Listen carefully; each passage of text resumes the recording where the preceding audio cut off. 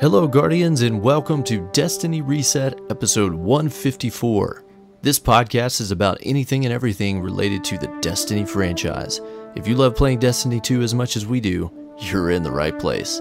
This reset, we welcome special guest DamnitBennett to the show. Cyborg delivers all the latest news on Forsaken, and we talk all about our experiences with Gambit and GuardianCon 2018.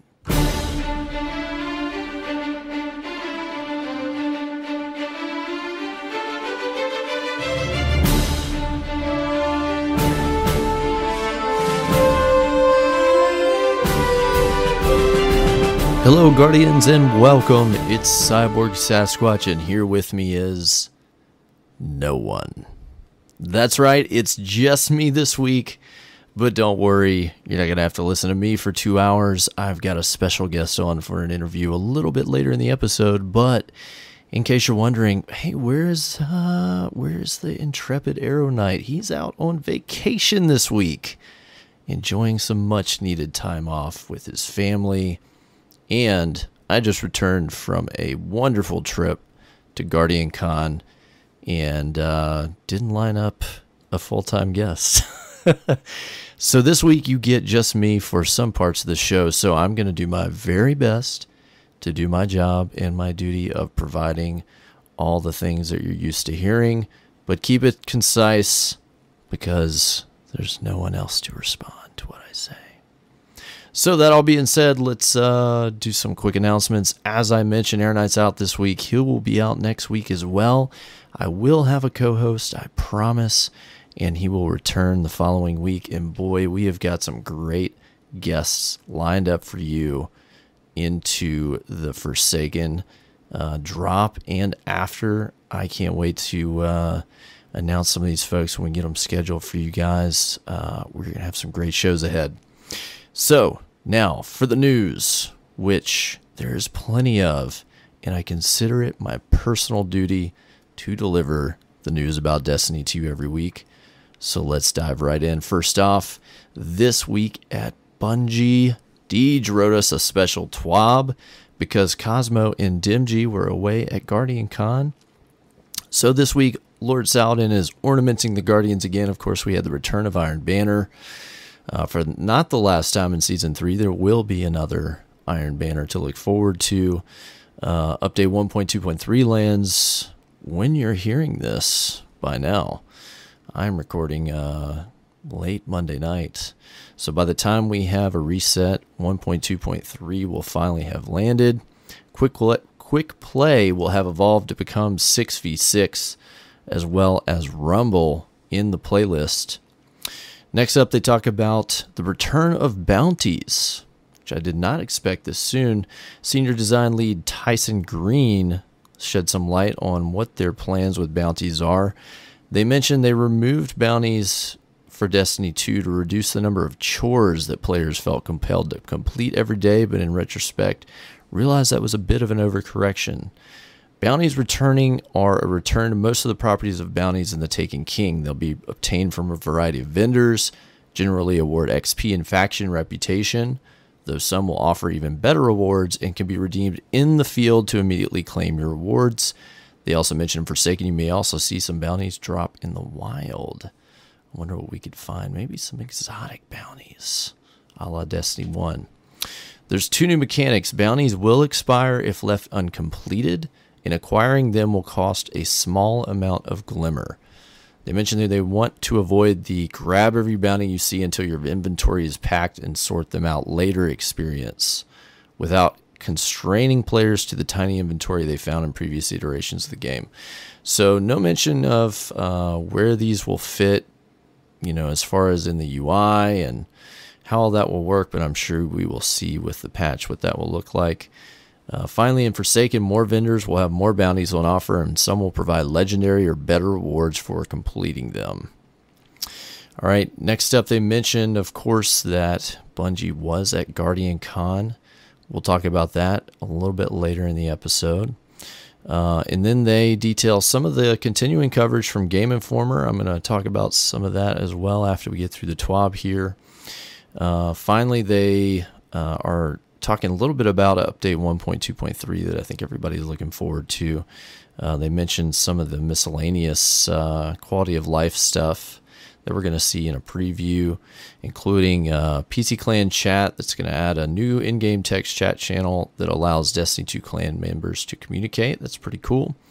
Once all Mercury Forge weapons have been attained, they become available for direct purchase from Brother Vance and the Lighthouse. That's definitely needed.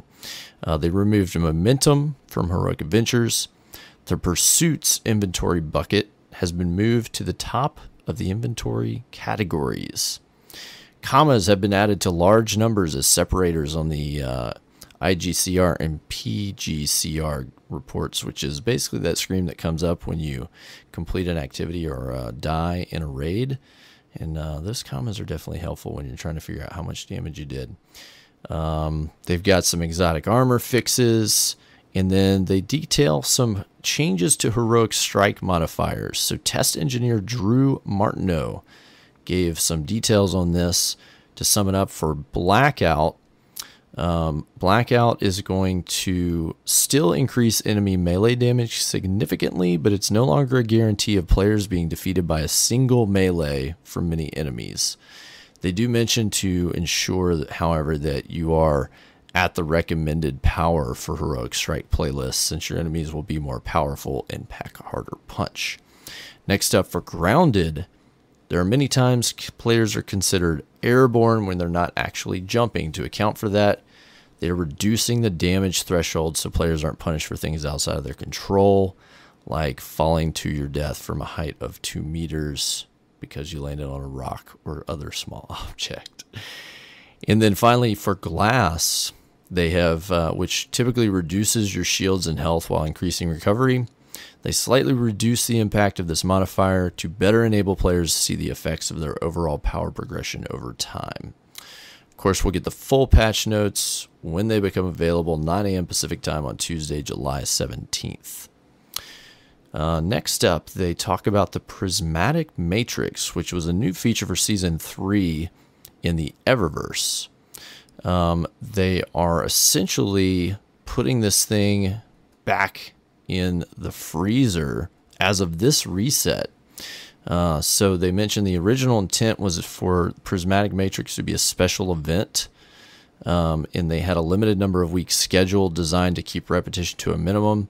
That schedule of curated offerings is coming to an end, so the feature will go on a temporary hiatus as of the time that I believe that you hear this. So hopefully you were able to spend those prismatic shards if you were saving any on the last Prismatic Matrix. I actually had 3 I'd banked up, so I went ahead and spent those bad boys and got everything left in the Matrix. Ended up getting a cool weapon ornament out of it for my my favorite exotic fusion in D2.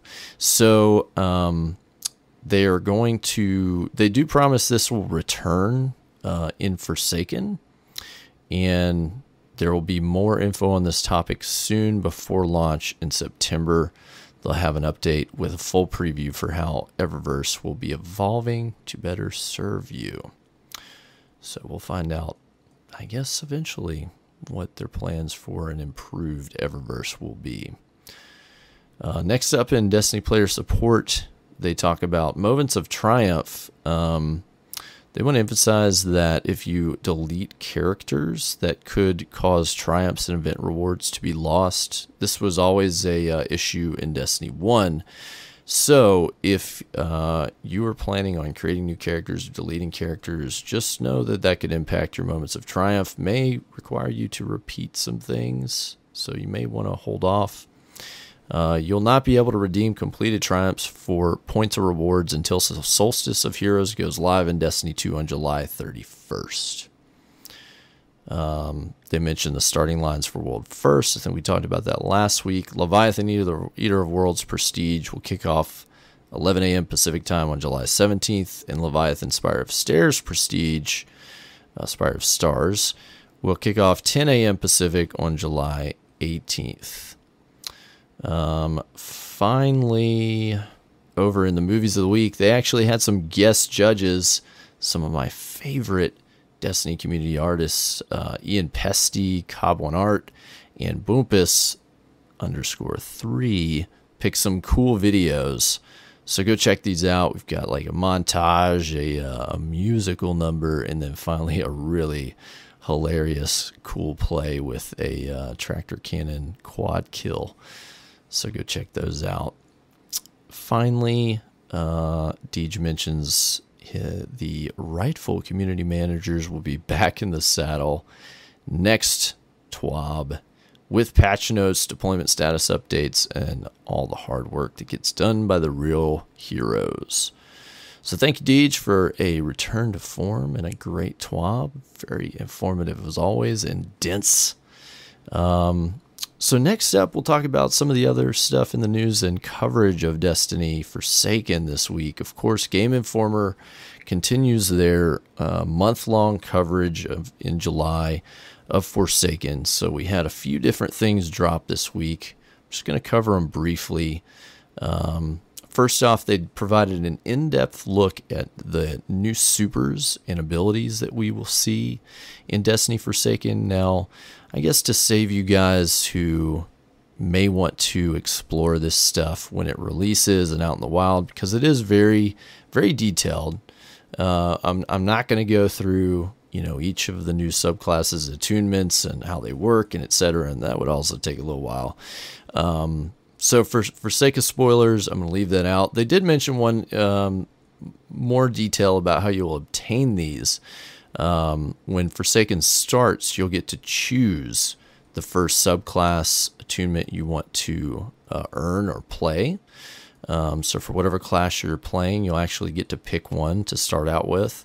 And then the others are unlocked essentially after you make it to the Dreaming City. There will, I'm assuming, be some kind of path or quest or something that will allow you to unlock the other two. So some more details there about that. I would encourage you, there's a really great video that highlights Claude Jerome, who's a developer that works on this particular discipline in the sandbox and etc. Really awesome developer. He talks about each different subclass attunement, what their goals were, what some of the new moves and cool abilities are. I mean, I'm not going to lie, this stuff looks absolutely incredible. I mean, honestly, I think some of their best work yet on these abilities and classes. So if you don't mind getting a spoiler, go to the Game Informer hub for Destiny Forsaken and go check out this video. Really cool. And I'm super excited to play all of these.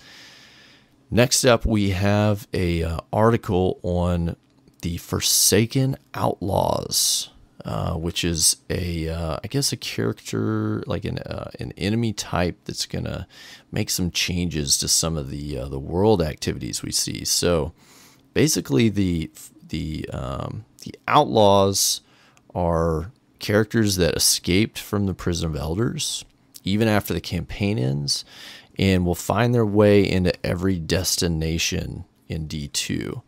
So similar to, how we saw like after the Taken King and other expansions, how if you remember how you kind of saw the Taken kind of invade different places around the destinations in Destiny 1. These guys are going to be out in the wild throughout the different destinations in Destiny 2. They can appear in public events as high-value targets, as mini bosses and strikes. You might see them in gambit matches, and you may also see them as harder bosses in existing lost sectors. So to build on that, the Spider, which is a fallen character that will be allied with us in a sense, he will offer bounties for these outlaws that you'll have to buy. And there are 4 different tiers of bounties that essentially each tier is a higher power or powered outlaw that require, probably different power levels. And the 4th tier is something called the Outlaw Lost Sector. Now these are harder versions of lost sectors that actually they have, as they described, they'll each have mechanics almost similar to mini strikes. So you'll go through these lost sectors, and you may run into different challenges along the way. And then when you find this outlaw boss, they'll each have a different type of mechanic for how you defeat them, almost like heroic public events or like a strike boss. So these sound really cool. This is a pretty interesting way to make those lost sectors seem really fun. So I'm looking forward to checking this out. It'll be an additional layer of activity and thing to do every week, or however often you can do these in Forsaken. So this seems pretty cool. Next article they had that also was accompanied with a video was about the Scorn, which are the new AI enemy, the fallen type enemy that we're seeing in Forsaken.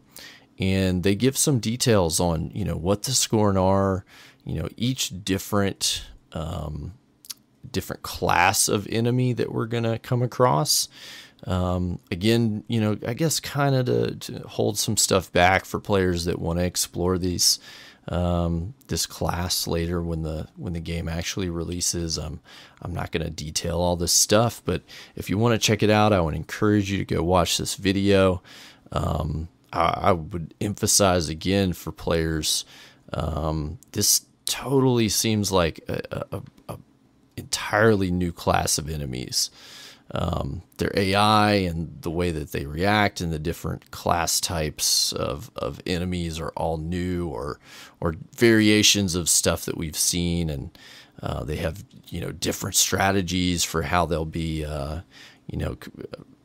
aggressing you, for lack of a better word. So go check this out if you're interested in that. I'm really fascinated by what they did. It really looks like some of the coolest enemies we're gonna face so far in Destiny. So I can't wait to play these guys. Next up, some really interesting news came just today, the 16th. First, so there was a little independent short film that came out online today that starred Nathan Fillion.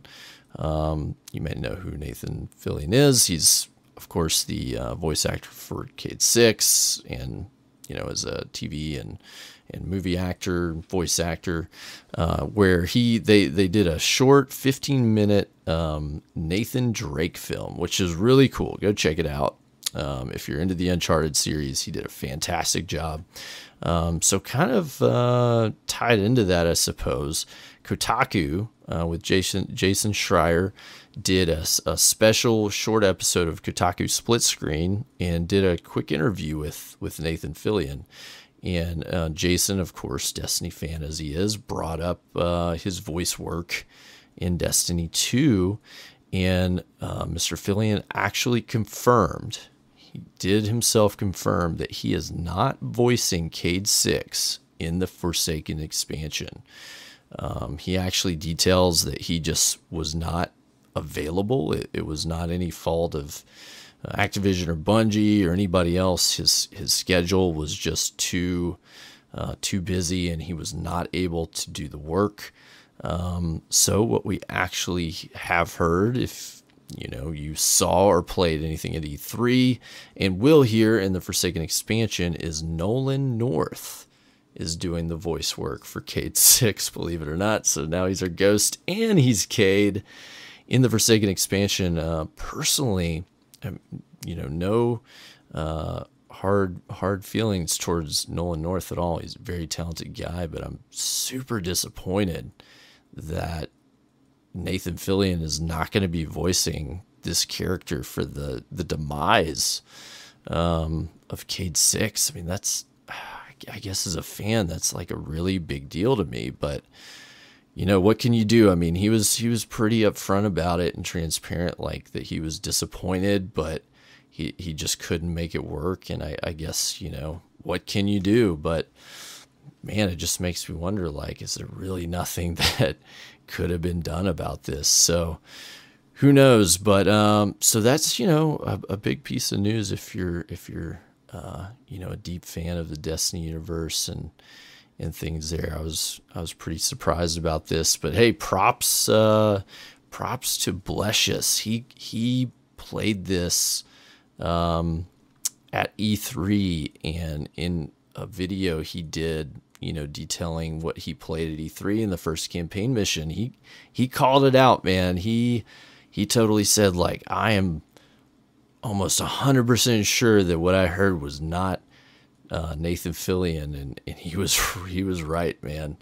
So props to him for calling that before we knew. Last couple, I guess the last thing, of course, that they did, Bungie did put up on Twitter is the final faction rally of Season 3 is happening this reset. So if you're after any more faction gear, if you want your favorite faction to win, or you're trying to get that final exotic catalyst, this is your week to do it. I know myself, I think I'm going to go for my old New Monarchy and try to grab some of that gear I haven't gotten yet, and maybe see if I can get to 50. I don't know. I don't know if I'll have enough time to pull it off, but I'm sure going to give it my my best shot. So that is the news from the Destiny universe for this week. Next up, as promised, just want to talk about my GuardianCon trip real quick. So, of course, as I mentioned, I headed out to Tampa over the last, I was out there from Wednesday through Sunday last week. And, man, I had just an absolute ball. I got to see a lot of friends that I hadn't seen in a while. Made a lot of new friends, met a lot of people I'd only ever talked to online. I couldn't even give you a list of everybody I hung out with and got a chance to talk to, but I had a great time. Got to spend a lot of time with some really lovely, just down to earth, kind people, and I was so thankful for that. It's so awesome to have an event like GuardianCon where I can go do that.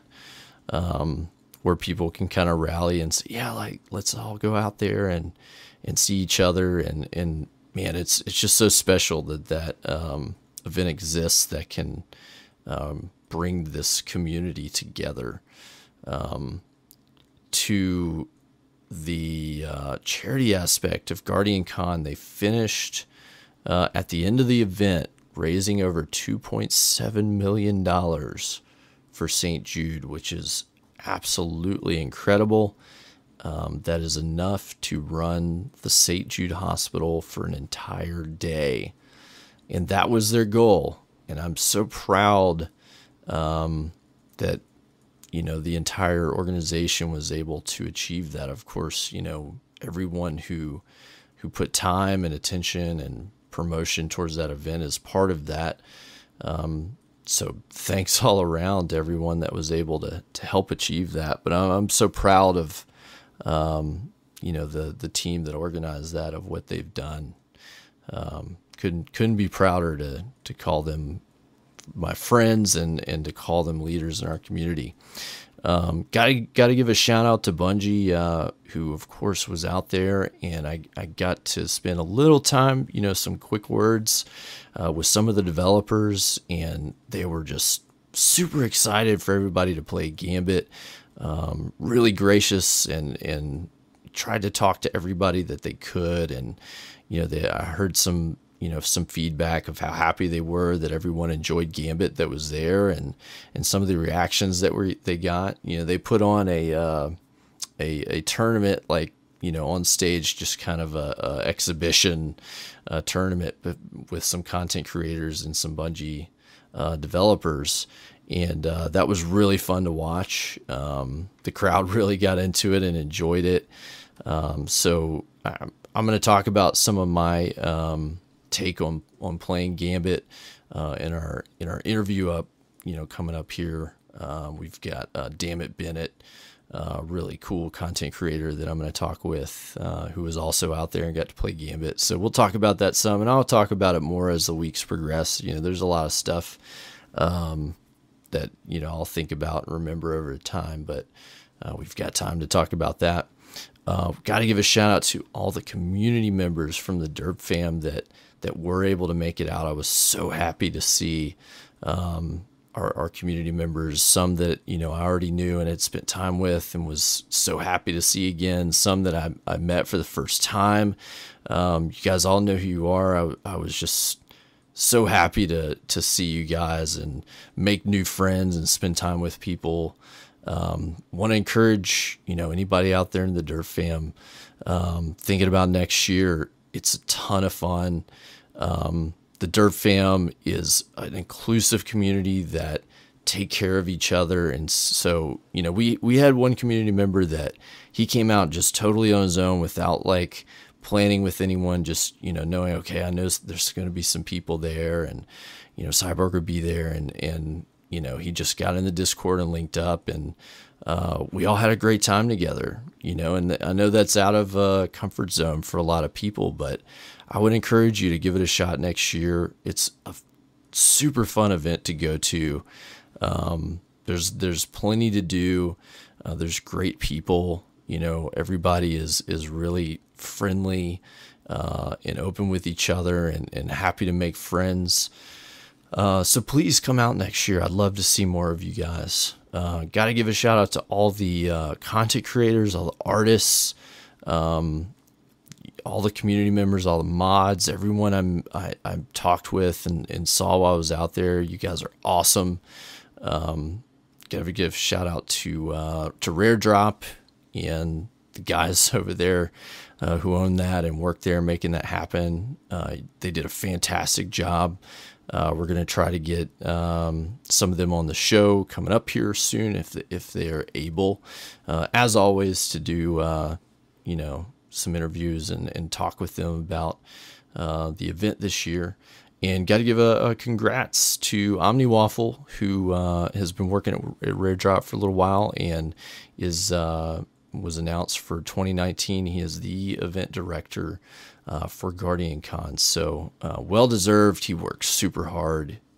He's really dedicated to what he does. Very talented guy. And so wanted to give a shout out and congratulations to him for earning his spot there. And gosh, I wish the best of luck, man. All right.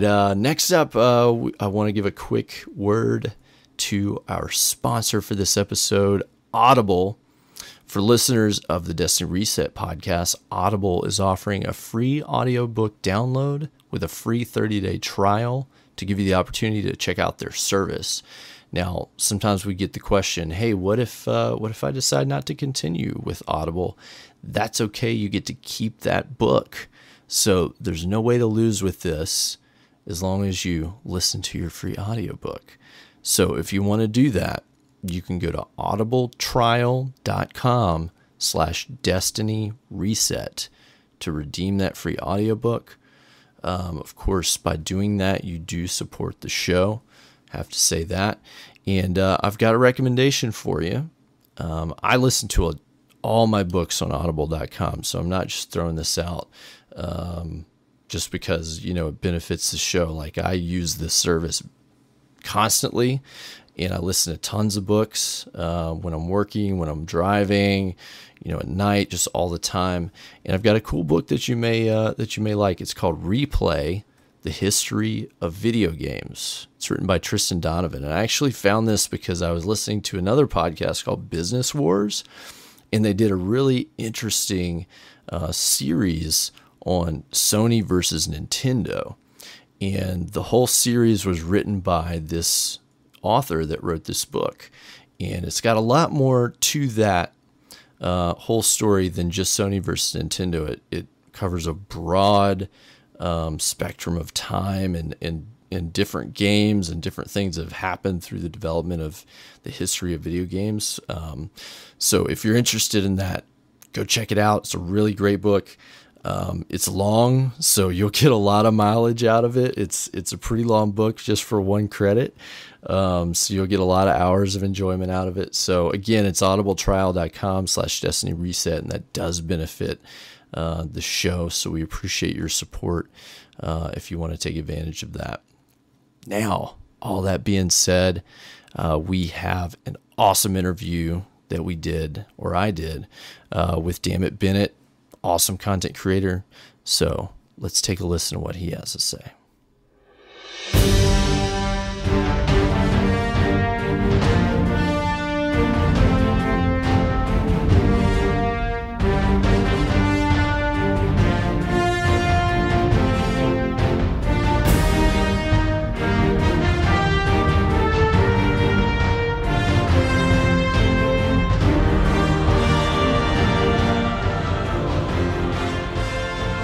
All right, I am here with our special guest this week, Mr. DamnitBennett. Welcome, Bennett. How are you doing?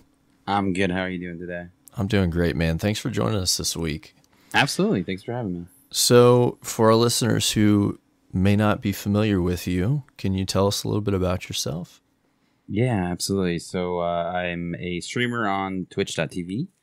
I've been doing it for, I want to say 4 years. I feel like we're coming up on our 4-year anniversary at some point. Awesome. But yeah, you're a wise ancient one at this point. Right. 4 years on Twitch. Man. Yeah, man, it's been a while. So that's great. Lots of breaks in between there in the beginning, though. I mean, you know. Oh yeah, I mean, I think everybody. I like this. I don't like this. I like this. I don't like it. You know, and then eventually got serious about it. But I don't know many broadcasters that haven't taken some hiatus at some point. You know. Well, tell us, what was your first gaming experience? Where did this all begin? Oh man, so it's funny because I was watching something where they were talking about their first game that they played, you know, and a lot of them was just like they were super young and like some obscure game that, you know, no one really knew. And for me, it was the same thing because my parents had an Atari, and nice. I remember the game Pitfall and playing that with my sister. But that, you know, that was just like some pixels on a screen. You know, it wasn't it wasn't anything too crazy. But I mean, I think I really got into you know, gaming more when things like Doom came out on, you know, the Sega 32X, you know, and oh wow, and you're like, oh man, it's even better. It's look at the graphics, you know, and it's just so silly because they're like, again, just polygons at the time. Yeah. But you know, that Doom was big for me, and then I think the first game that I ever got like truly addicted to and like completed 100% was Grand Theft Auto 3.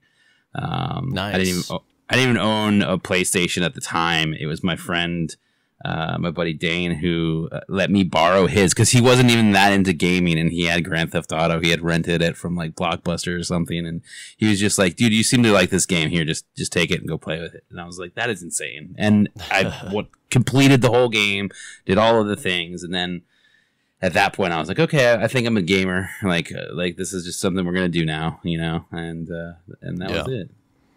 Yeah, man, I chewed up GTA 3 a lot too.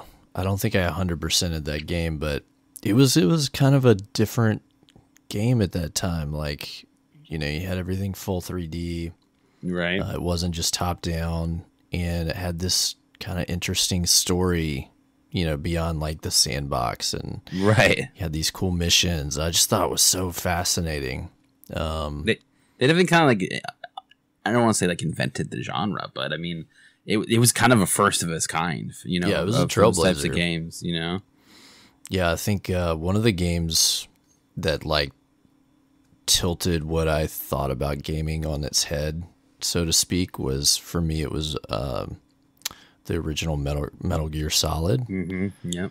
And like I had been a PC gamer as like a young kid and like a preteen and played like different stuff, but like right, I'd taken a break like when I went to high school. You know, you're like hanging out with your friends and playing sports and stuff. Yeah. And I'm over at my buddy's house, and he's like, I was like, what is this game? And he's like, oh my gosh, you got to play it. Take it home right now. I was like, okay. Right. So I like pop it in over a weekend and did not sleep for 3 days. That's like, awesome. I was just blown away by this incredible story and like the weird stuff that they did, like right with some of the fights, like Psycho Man, like all those crazy things that they did to make you question what's going on. Like that hooked me back into gaming from there on out. Like I was never the same. It's crazy that a lot of people don't have those experiences anymore, though. Like the fact that your friend, handed you a disc and was like, you just take it home. And my buddy literally gave me his PlayStation and was like, go play this. You know, like it's just not, I mean, obviously the convenience of clicking the Steam download's great. Don't get me wrong. But like, it's just so different nowadays where you don't have that whole, like, here, just take this thing and go experience the exact same thing that I did, but in your own way, that's part of why I like buying some games physically still. Right. Like, yep. I don't know. I don't hand them out to people, but like, there's just some things like I want to hold in my hand, Right. I agree. But it's a pain in the butt because you got to swap discs around when you want to play stuff. Dude, that is the worst though, and that's the funniest part about it. It's like, well, I could just do the midnight release down at GameStop and get the thing, but then, I gotta go there. Yeah, and then you gotta install it. Install it. Everybody else is already gonna be like an hour or two ahead of you. We're so spoiled now. I know, it's terrible. Oh, first world what problems, I do right? like, I don't know if you guys have kids, but not yet. I like that I'm building like a digital library that I'll be able to like give to my son. Like he'll have access to this huge digital library of games, like just a ton of stuff. Yeah, as he gets old enough to play certain stuff, I'll be like, all right, now we're gonna sit down and play BioShock. Like, oh man, yeah. Just blow his brains. Then he'll see how many hours you put into it. What were you doing, Dad? How do you have a life? Like, yeah, for sure. Well, so let's bring it back into Destiny then. So where did you start playing Destiny? Like, how did you find that game? It's funny because initially I didn't give a crap about Destiny, and that sounds terrible, like knowing how much I truly do love this game. Mm-hmm. But it was E3, and Bungie was revealing Destiny, and I was just kind of like, I'm good. I've played Halo. I'm a Battlefield kid. Like I love that game and that franchise, and I'm gonna stick with that. That's what I was playing at the time. That was the game that I sunk all my hours into. And slowly but surely, I would peek at the Destiny stuff during E3, and I was just kind of like, okay, it seems like it's Halo, but like different, and that's cool. And I just forgot about it, and then one day, I still honestly don't know why or how it showed up, but I had a alpha invite in my email from Sony, and I was just like, okay. I mean, of course I'll play a free game, I'll jump in, I'll see what it's about. Twisting my arm. yeah. And so I downloaded it on PlayStation, and I was like shocked. I was like, how have I not been paying attention to this game? Like, this is insane. This feels so good. The gunplay, just the movement, the game looked beautiful for something that was especially in like alpha code. Yeah. And I was totally caught off guard by it. And so I played the alpha, and then after that went away, I was like, whoa, man, like I'm kind of shocked at how much I like this game. And, then eventually the beta came out, and there was really no difference between the two. The closed alpha was exactly the same as the closed beta, which I think honestly kind of prepared me for what Destiny was, where there was a lot of repetition. I think for some people they don't really like that about it, but after playing the whole, because in the alpha you could go, I think 1 through 7, maybe 1 through 9 was the levels that you could play through. So in the alpha you play through 1 through 9. You're like, okay, cool, and then you're like hoping that maybe something's different in the beta, and you played again 1 through 9. But I think it was during the beta they actually opened the moon for one weekend. for like a Saturday or something like that. And my buddy, one of my mods on my channel now, Stunt Mustard, and we like got on immediately when that went live, and we literally explored like every nook and cranny of the moon and found some gold chests. And then I remember I had gotten the jade rabbit emblem out of one of the gold chests. If you kind of like, it's like describing it from memory now, like you went down and you kind of did like a spiral down the moon, and then there was like some water, and you kind of went in the back of the area. There was a chest there. Yeah, I know and exactly. In that, in that chest was the jade rabbit emblem, and it was the first emblem like it had gotten, in the game. Yeah. And it was just this cool moment. I loved like the design of it, and I just like, obviously if you've been to my channel, you know that the jade rabbit is like the kind of the spiritual. Right. It's like at one point I was asked politely to edit it a little bit more so it didn't look exactly like a jade rabbit with a beard. So we made into like a zombie jade rabbit. It works. It's not.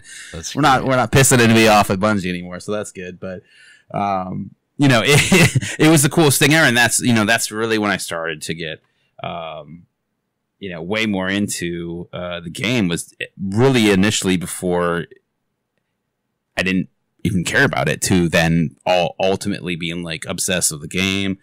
And obviously the launch came and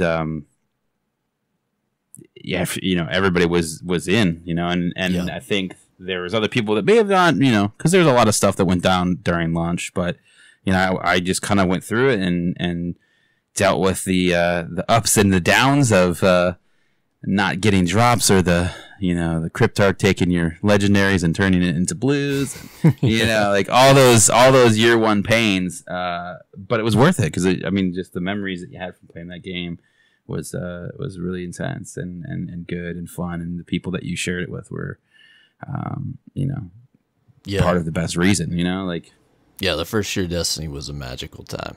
Yeah, we can put rose-colored glasses on now. Yeah, no, for sure. The good is like the bad is part of the good. Like there's without trials and tribulations, like it would all have been smooth and there'd been nothing to talk about. But but Destiny, it has this way of getting us hooks into people, man. It's hard to describe how and why, but it just does. Well, so you've been playing Destiny then for a long time, and obviously we can talk about now as well, your journey as a streamer, and you've done content for Destiny as well for a long time. So what brought you to Twitch? Was it Destiny, or was it something else? Was it just kind of at the same time? A little bit of both. I think when they announced the PS4 and that it was going to have the capability to stream to Twitch, I think that's like the day that I created my Twitch account. Like if I look at it, it says it's like the day before PlayStation 4 came out, maybe something like that. Yeah. I was like, yeah, this is cool. Let's do it, And so I played a little bit here and there and did, some stuff, and it fizzled out and then came back. But I think it was the fact that my buddy, again, Stunt Mustard, had told me that Destiny was going to be, because if you remember back with the PlayStation Store, there was a time when it didn't release everywhere at midnight. Like nowadays at midnight Eastern time, the game comes out everywhere, and then it's like 9 p.m. for Pacific time. Like that's just when it comes out. But before it was Pacific time. So when Destiny 1 launched, it wasn't midnight.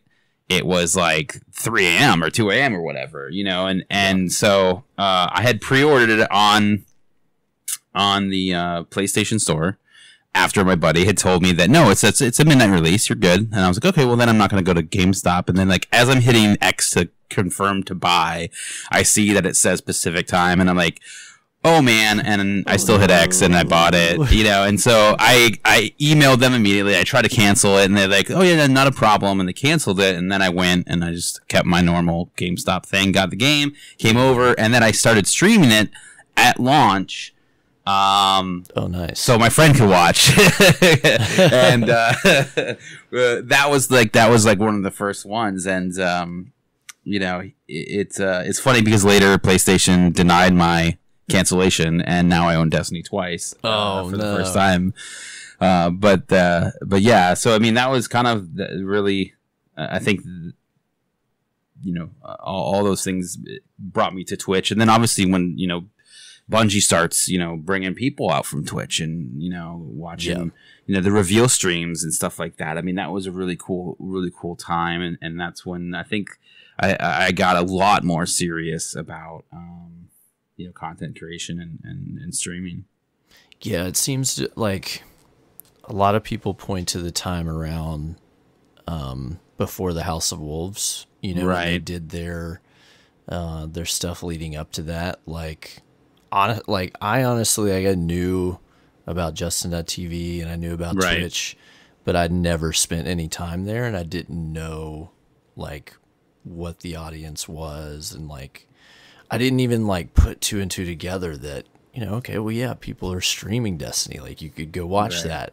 And then they, you know, Bungie did their things, and of course I was obsessed with Destiny, so I watched these and I see like Goth and I see Broman, and they're doing their thing. I'm like, whoa, like these guys have a cool job. They got to, you know, go to Bungie and show this stuff off. And that's when I realized how big that world of content creation was, and started to pay a lot more attention to those things. And we started DRP after it was incubating before House of Wolves. We started it after House of Wolves launched, about a month after.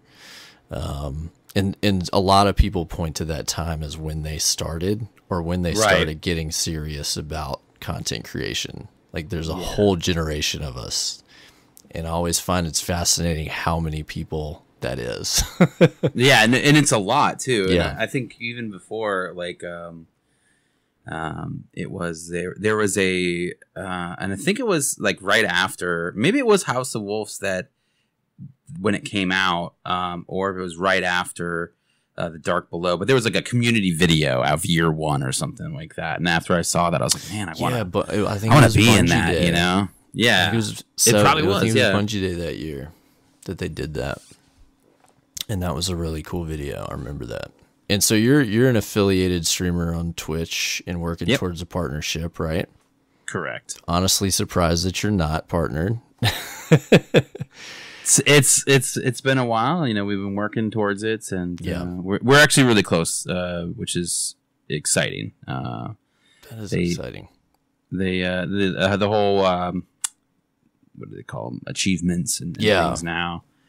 They've made some weird changes to it recently, which is weird because it was out of it was like the scale was like 1 to 100, and 100 was completed, and now they've changed that to 1 to 75.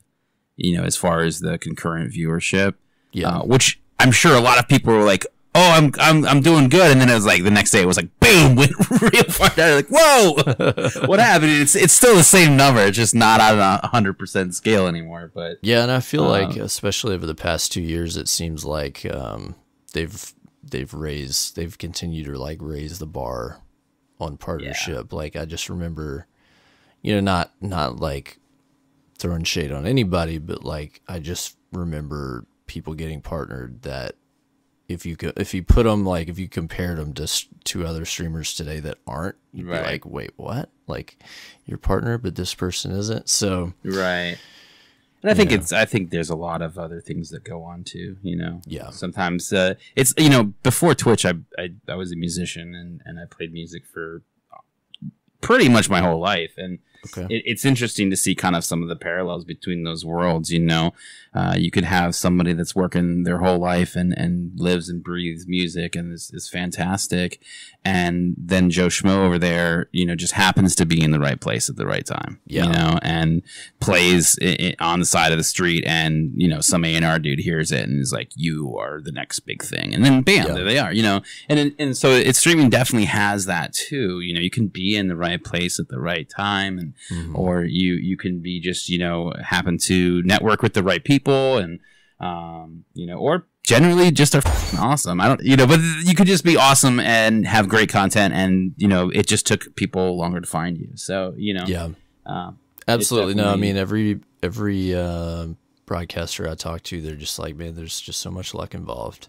You know, and I think that's true. But you know, a lot of people I've paid attention to as well say, well, luck is a byproduct of being there and being available for that to happen. So you got to work hard and, you know, wait for your moment in time. Right. But if you're listening, you guys, you need to go follow DamnitBennett. He puts out great content. He's a smart, funny guy. Go give him a follow, watch him, support him. He's an OG, and he definitely deserves to hit his goal there. So another thing that you do as well that not as many people know about, but you work with the design team for GuardianCon. That is right, yeah. So Captain Twaz, Whiskey, Soli, and Patronus, who is formerly he used to Impulse. Be it was like Impulse. Yeah, Impulse. So it was like a Q, so it was very confusing. It's like, hard to is it Impulse or like I know you're talking about though.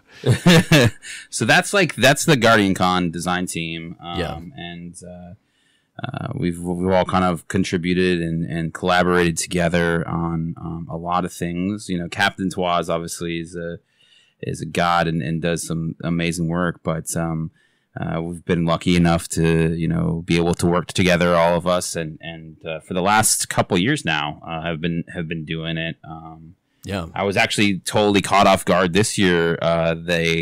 Scuff made some controllers for GuardianCon that they were selling at the event, and for one of the shirts that I made, the I Am GuardianCon shirt, there on the back originally was the GuardianCon logo, the same thing that said GuardianCon with the G inside of GuardianCon, just kind of like the same thing as on the front. And we later ditched that and brought on the gaming does good hashtag on the back. And you know, I went about my day, you know, no big deal. And then when I got to the event, I saw the controller and it had the you know, the GuardianCon with the G in the middle, and I was like, that's crazy! Like, this is really cool. It's on a Scuff. Like, so I bought one, and I was really excited about it. Like, I never thought anything that I designed would be on something like that. Man. So well, I really like cool to have that collab.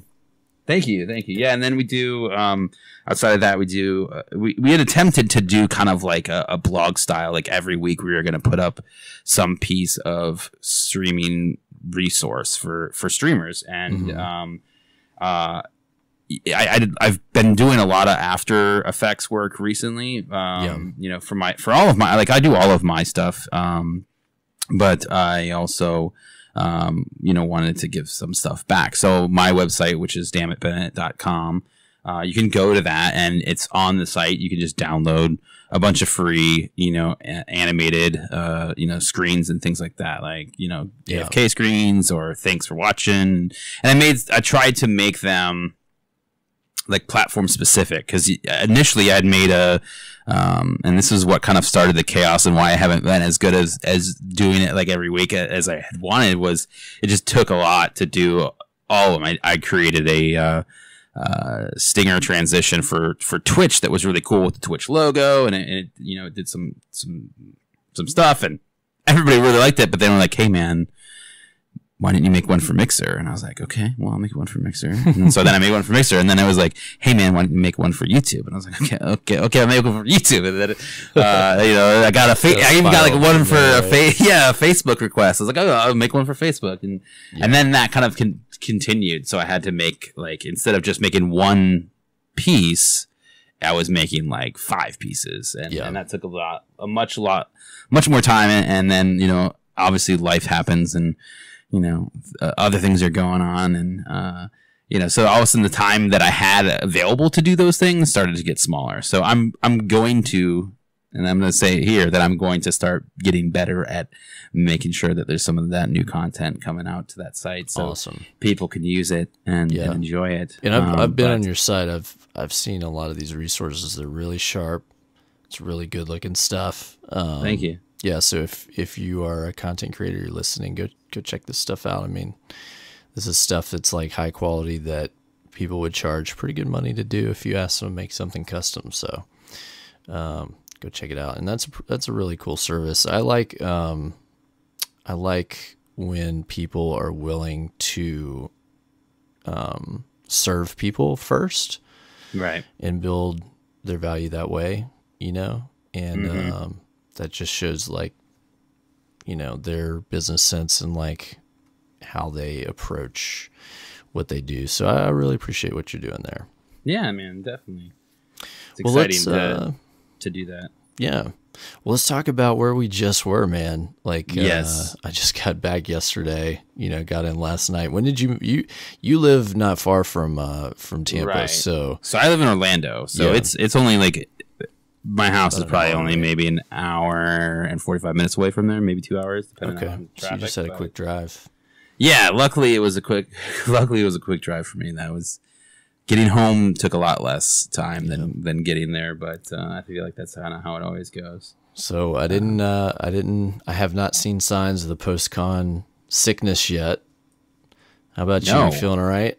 I'm feeling great. Knock on wood. Yeah. Now, post-con depression is a different story. Yeah, that is true. That's like, you know, oh man, I am kind of sad. I went to work today and like worked a 11-hour day, and I was just like, oh well, back to reality.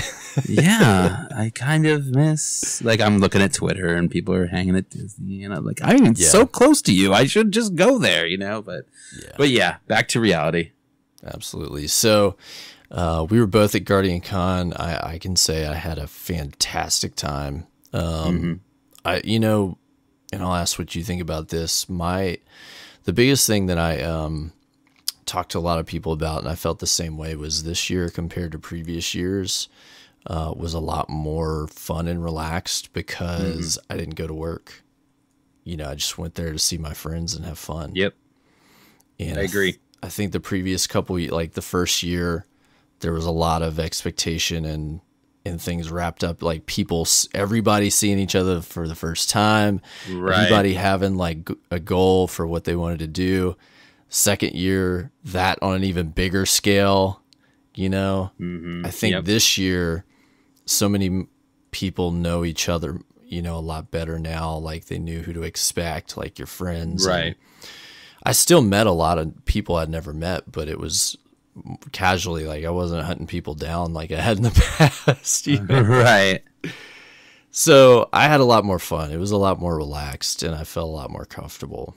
And I think that's something that, you know, you're absolutely right. I think because I've been to everyone. I didn't go last year, which I was, my family, my parents' 40th wedding anniversary was happening, and my parents were renewing their vows, and all the places that they were going to do this, they decided that they were going to do this in Hawaii, and you can't really say, hey, I'm going to not go to Hawaii and go to GuardianCon. As much as I wanted to like be there with everybody, like it's my family, you know, I'm going to go there. And so that's important. I didn't get to go last year, but I had gone to the original meetup at the Ale House and the Irish place after the craziness with Cigar City, and then went to obviously the one after that one, and that one was a blast. But you're absolutely right. You know, I think everyone, you know, especially if you had been going to them, you know, each year was significantly different. You knew people, they maybe knew you, or, you know, you had interactions with them, and they already had a face to put with the name, you know, and so I was on the same page this year. I was like, I just want to go, and I really want to spend time with, you know, whether it's my viewers or my mods or people that I stream with, or just people that I haven't met yet before, you know, and just build those relationships, make those connections with those people versus everything else. And I think that was the right way to do it, because I really got to experience a lot, which was a whole lot of fun. And obviously with Bungie being there this year, I mean, obviously they were there last, but not in the same capacity this year. That was really cool. Made it even, I think, more special.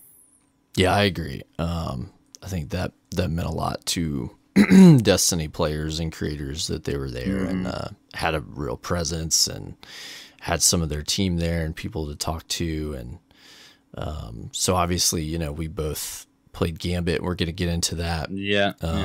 Do you have like a favorite moment or a favorite thing you got to do while you were at GuardianCon this year? Outside of the Gambit, because that was pretty awesome. I would say meeting a bunch of my mods that I've never met before, and feeling like, we were brothers already. It was like that friend that you've had your whole life that you see every weekend, and then you come and you actually meet him for the first time, and you guys you hit it off just like you hung out last week, and that's awesome. I think that was such a cool experience for me on many levels, with several people that I've been hanging out with for the last 4 years but never actually met, and so that was a really cool experience, as well as that Gambit tournament, man. That was cool. Was pretty cool. It was, and especially they did a great job with it, because they had no idea who was who. There was no way to say, oh, this is Broman's character, right. They were all the Bungie fake names or whatever. So it was really hard to probably pull that off, and they did such a great job at it. So I was really impressed with that. Plus, just like the competitiveness of what that game mode can be. And I know I'm getting into the next topic already, but that was a huge thing that I really liked about the whole thing, was seeing that. I was talking to one of the developers, the Bungie developers, and they said, like, very specifically that when people got really into and like amped up when there were big plays during the Gambit tournament, like that made them so happy, like, and so excited. They were like, oh my gosh, people like this, like they're enjoying it, because that was a lot of those guys were the Gambit team, like the guys that created that mode. That was their job. And so I think it was really fulfilling for them to see people play it, and then everybody watching like really get into it. So I loved Mr. Fruit. He equipped the exotic bow, and everyone was like, yay! And then he like unequipped it, everyone was like, boo! And then he went back, and that happened like 3 or 4 more times, and everyone had the same reaction until he finally kept it on and used it. But it was funny. He had that big play where he went over as the invader and did a team wipe, and everybody's like, whoa, don't sleep on Mr. Fruit, dude. Yeah. Was cool. I mean, he plays a lot of games. He's a good player, definitely. I mean, you had great people up there, showcasing it off for them, and everyone was excited. I mean, just hearing, like you said, hearing people react to someone going over, True Vanguard sniping everybody out, that was a huge play, and it was exciting. And I know that they did the tournament last year, and again, I wasn't there, so I didn't get to experience that live, that kind of it was very much nature. Like that, but on like a larger, grander scale, right? Because they pretty much had the entire like attendance watching that last year, but it was the same vibe for sure. Yeah. And I mean, did you see that picture that Bungie posted on Twitter right after it?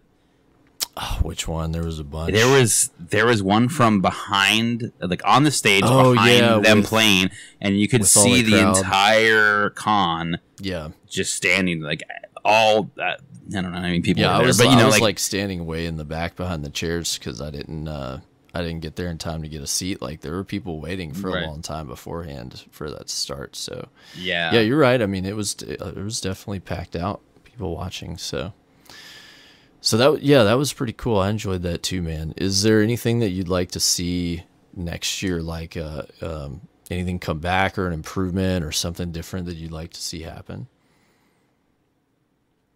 I would say my thing is more of like a selfish want. I want to move it to Orlando. Like I live here and it'd be great. It'd be great, but I actually I do think there's like a good reason to consider something like that. I mean, a lot of people come to Florida for vacation. A lot of people come down here to go to Disney and Universal and all those, all the parks and everything.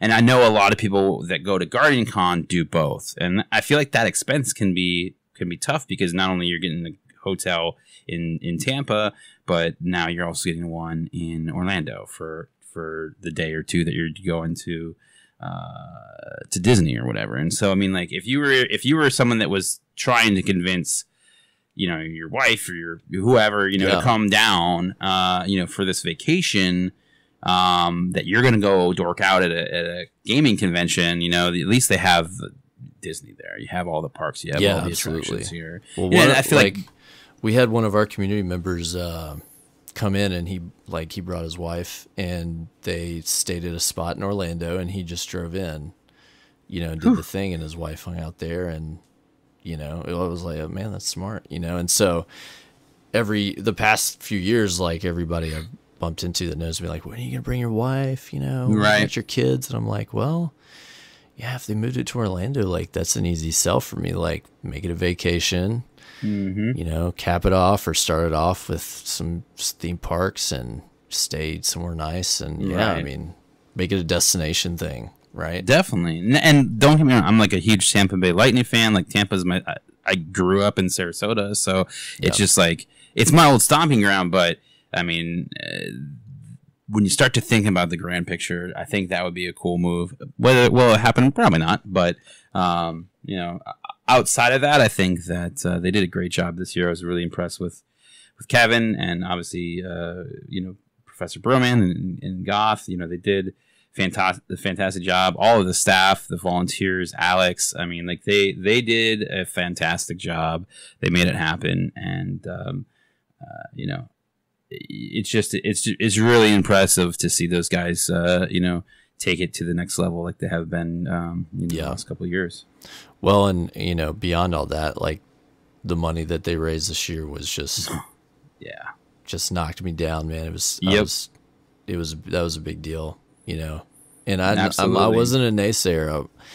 Like if you set a big goal, and you do what you got to do to see it happen. Like I definitely saw the possibility, but I was like, like some big things got to happen for them to hit that number, and they did. Like, no, absolutely. I mean, holy cow! That like anonymous $100,000 donation. That's the big question. Who dropped $100K, right? Yeah, that was incredible. I mean, even all of it. I mean, Lupo said. I mean, those are the the big highlights because they were like these crazy amounts of money that were being raised. But I mean, it wouldn't have gotten to where it did if it wasn't for every single person, as well as all of the satellite streams beforehand. Yeah. I mean, the 1 million that they raised before we even start, like that's a big. The community came together so hard, and that to me, that's huge because. I actually participated in the I think it was the very first year that they did the charity stream. Broman asked me to be part of it, and I was blown away and honored. Yeah. And it was a lot of fun. And then I went up to St. Jude with the team and being there and just experiencing all of that from seeing the campus to playing. Games with the kids and talking to their parents. And I mean, that was probably for me, like the most like heartbreaking is talking to, a mom of a child that is there for, their cancer. And the mom was just like, they just want to be a kid. I love you guys for doing this. The fact that they just want to play video games with you guys, like that is like, they're the most important thing to them. Like they don't care about anything else that's going on. And that was that like, I mean, it was a very emotional trip. So sure, yeah, it was quite wild, but yeah, this year, I mean, they set that goal. They made it happen. I can't wait to see next year's goal because they're going to absolutely destroy it. Oh yeah. I'm sure they will. So let's talk then about Gambit, man. That's what everybody's been waiting this time to hear about. They're like, all right, guys, enough talk. Let's talk about Gambit. Yeah. So you got to go through twice, actually. I did. Yeah. I only got one play session with and only 2 rounds. I was very disappointed the opposite team because they failed to throw a match. But what? So we're playing, and that was like the unspoken rule. Yeah. Well, it was also spoken, but everyone was agreeing. Like they knew. I said, look, whoever wins the first round, like make sure we throw the other one so we get a third round. Yeah, they all understood, and so we're playing, and we're getting our primeval, and then theirs pops up, and there's this guy on their team that's starting to burn it down, and at the same time they're like invading and like wiping us and stuff, because I wasn't even like paying attention to that, because I was like, they're just gonna let us burn our primeval. And the dude, like, I'm paying attention because I had one of my ear cups of my headphones off, because we couldn't get the mics to work. Right. And one of his teammates, this girl's like screaming at the dude, like, stop shooting the primeval. And I don't know why he did, but he did, and he wiped it out before we could. Man, that's awful. But anyways, tell me about your experience, man. Like, what did you think overall? How was your time with it? My time was great. I really, really did enjoy the game mode. The first day, we got in and were able to get into the initial line right before they cut it off. And if you guys weren't at GuardianCon, what ended up happening for fire code reasons, they had to have like several lines for the line. There's a main line, a queue to get in line, and then another line to actually be in line. Right. And I think by the second day there was like 4 lines, maybe 5 lines total to even like get into the actual line. So it was crazy. There was a ton of people wanting to play. So the first time we waited for maybe like 2 hours, just to, and we were standing right there. I mean, it was in the place, and each group of people, that usually was about 20 minutes of gameplay if they played out the full 3 rounds, which most people figured it out. Okay, you throw the round if you won the first one, and then go hard on the final one. So we finally got up there, and I was playing with some of my dudes from Mixer. They were there, and then I had my mods with me as well, and then we ended up picking up a random in line for our 4th. And it was crazy because we got in and we started checking everything out. And the first game I played as the Warlock, and I had totally kind of forgot that the Warlock Super was like a support class, versus go do damage. So the first time I invaded, I popped my super, and I was just like, oh man, what am I going to do with this? So I got to stand here and hope. Yeah, I pretty much died instantly. I was like, all right, we're going to have to work on that, Bennett. Like, let's fix this. But the first game, or the first round, my team was able to win.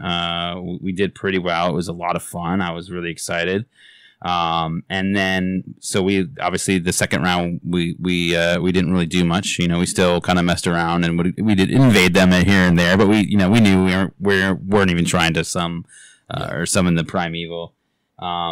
But that third round, and this is where it got exciting for me, was we played what I thought was pretty strategically with the caching of the moats. Mm-hmm. We were trying to throw in, a 5 here, just a small blocker to just keep them busy real quick, and then stuff into medium-sized blockers right away to try to like throw them off.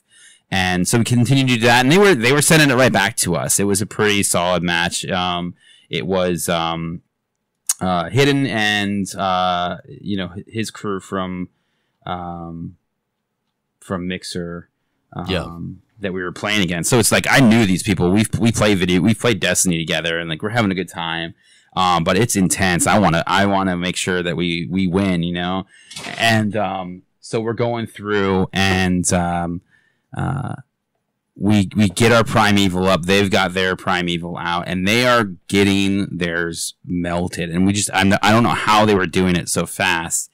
And so I was like, all right, I'm going over, and I went over, and I was literally standing at the spawn point where I was, and I had the exotic bow, and I was just standing at so far of a distance, and they're all fighting their boss, and I just was picking them off one by one. Nice. One by one, and took out the whole team. It added a ton of health back to theirs.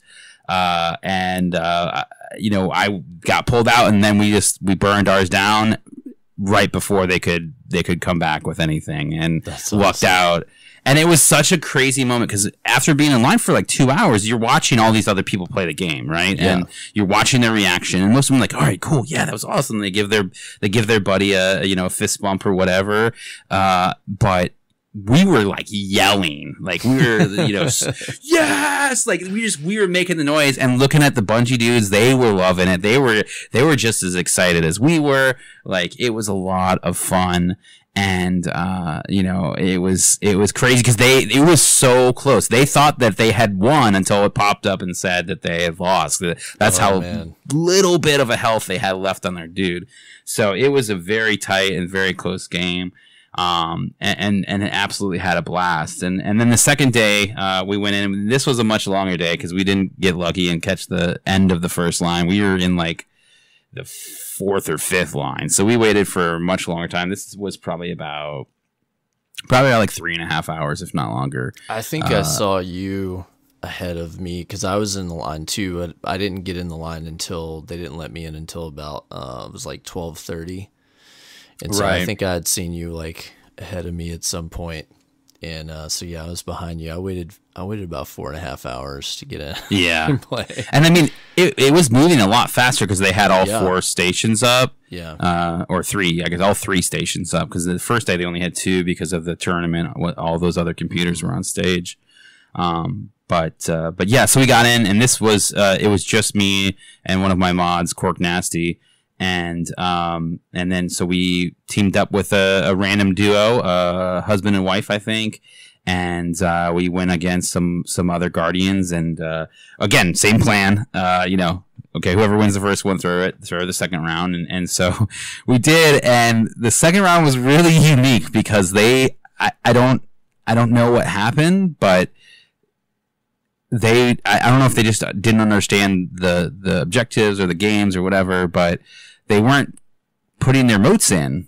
And so like time is like running out, and we like, if you've watched any of the Gambit footage, they have the Drifter, who's like the dude, like the guy, and he's, he'll say something along the lines of like, "You've got enough to summon a primeval, like put in your motes," or something like that. And he literally said it like 25 times to us because we're just sitting there waiting. Like at one point, like my mod Cork Nasty, he puts his controller down. Like I'm in my inventory looking at different weapons. I take my phone out. I took a picture of the screen. We're just like really trying to give them like as much time as you need to get it over because we wanted to play that third round, and so finally they summoned their primeval. I think they figured it out, and so we, after they got theirs and put some damage on them, we summoned ours, so at least we had something to shoot. But then that third round went so quick though because we were just like, all right, let's go,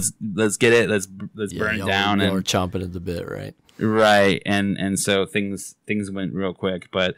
All in all, I mean, after, especially the first time walking out after playing the game, I was on a high, man. Like it felt good. It felt competitive.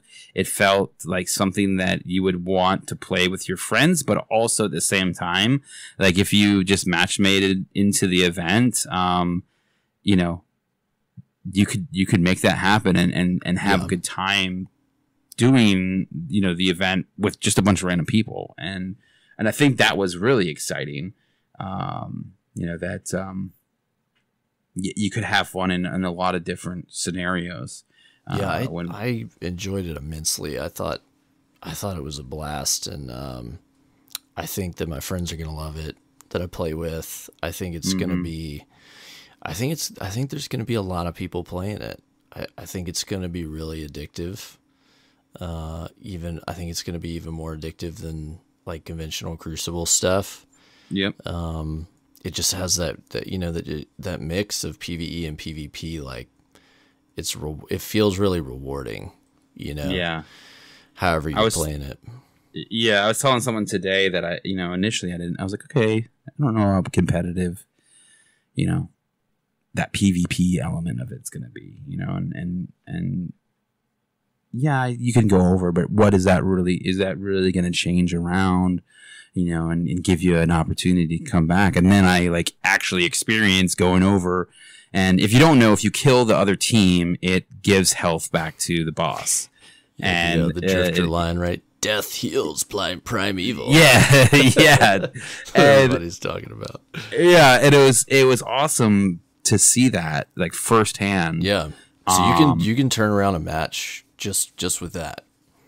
Yeah. Just based on that. Like if they get their primeval up first, if you can go over there and do what you need to do, like you can hold them off and wipe get out yours the team up and be back on equal footing or even get ahead.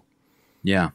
And so, I mean, that aspect of it really got me excited. And then obviously it's got its own stuff. It's got all its own gear, weapons, which I'm assuming is what we saw, what all the characters had on and the guns that we're using. I don't know if those are specific to the Gambit mode, or those were just the guns that they gave us that are, going to be random throughout the game.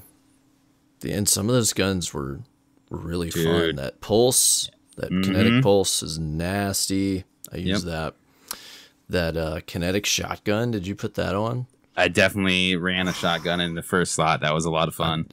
I wrecked some stuff with that shotgun. Yes. Man. It felt really good. It had some range on it too. It definitely had some range. And that, that's an interesting thing because you couldn't inspect anything in the development build that we played on. So you don't know what it was, you don't know, this had rangefinder on it, or whatever, so it was just, you just kind of had to, you just kind of had to go with it and test each one out individually, which was, I think that was kind of a good thing with the 3 rounds, especially if you had the agreement, because then that second round, when you didn't have to win, if you won the first one, you were able just to go and mess around with your, inventory and see they had 2 bows in there, they had the exotic bow, and then they had just a normal legendary bow, which was also really cool.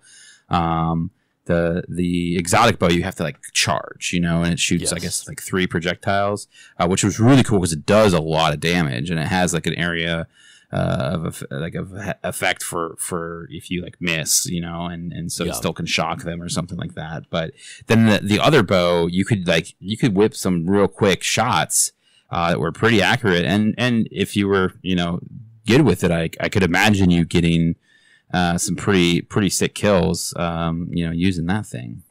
Yeah, I didn't get to play with the legendary one. I was planning on trying it out the 3rd round, but yeah, oh God. But that rocket launcher as well. There was a rocket launcher we equipped that had tracking that felt a lot like the old Truth. Yes, and it was really good. You gotta love tracking too. Yeah, I mean, it made me I was like, wow, I miss tracking. Like, remember tracking from D1? Well, there's one legendary rocket launcher in Destiny 2 that does have tracking, but it's garbage altogether. Like, that's the only. That's its greatest perk is tracking, and then it doesn't have anything else that's going to help you out. Yeah. One thing that I noticed that was kind of unexpected, a small detail, was I had in the first round I had the grenade launcher equipped and I had some heavy pulled and I died, and I instinctively assumed that I had lost my heavy, just because it's almost like PvP. And then I was swapping weapons, I looked down and I noticed I still had 3 grenades in I was like, oh, I still have heavy, yes. So I went over and did some work with it. So that's interesting. So it works a lot more like PvE in that regard, right? So you're not stealing heavy bricks and supers carry over as well, which was nice because, if I actually think someone popped their super in the waiting room during the during the competition, someone popped their warlock super. But so that's gonna add an element of things, like if you can have one ready, Yep. Or, you know, just like timing, just like any other mode, you know, especially PvP modes, like using your supers appropriately is always important. I played as the Warlock. Okay, so we had the same experience in the first one. Did you play the Warlock both times you played, or did you play something different the second time? I played on the Hunter the second time. Oh, tell me about the Hunter Superman.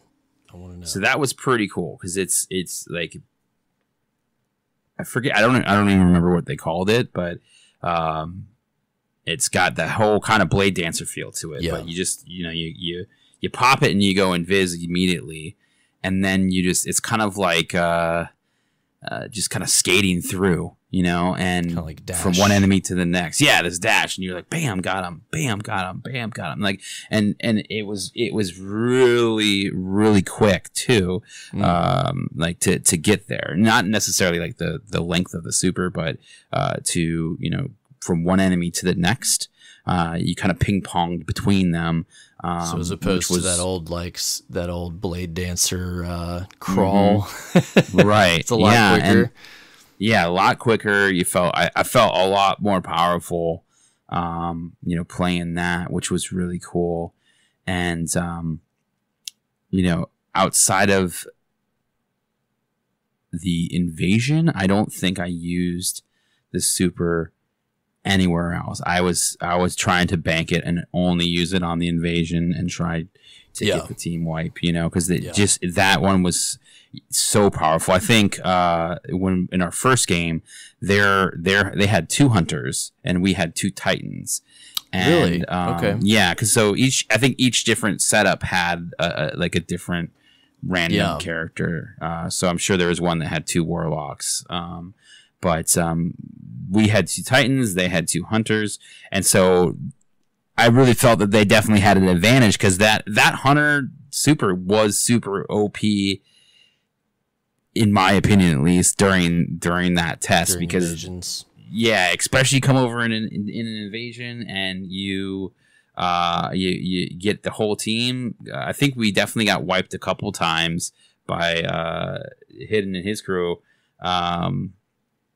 You know, using, because they had 2 of them, you know, like it was hard to counter that, you know, not knowing, you know, what to do exactly. Part of the invasion, like, experience is, you know, like everybody is so focused on their objective or killing enemies or whatever it is they're doing.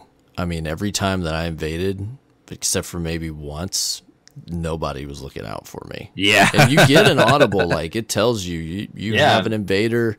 It even highlights the enemy in red for you. It's still, you still have to look for them. Like it's not, there's still cover and there's still things. So, you know, it helps a little bit, but there were times where, anytime we had an invader on my side, like I would stop and be like actively looking. I'm like, all right, me too. Try to protect my team some. And, you know, it was a big map that you'd have to go around to try to find this guy. All while everyone is shooting at you still, you know? Yeah, while you're still getting shot at by servitors and just whatever. And that's kind of the cool thing about the invade is that you are immune to the enemy. So the only people that can hurt you are the other team. The random enemies that are there, you're not going to get hurt by. And so especially if you are able to invade during a pretty big wave, you know, you can use either that as a distraction, you know, they're focusing on that big wave and you flank around from behind and you just, you know, snipe them out or whatever.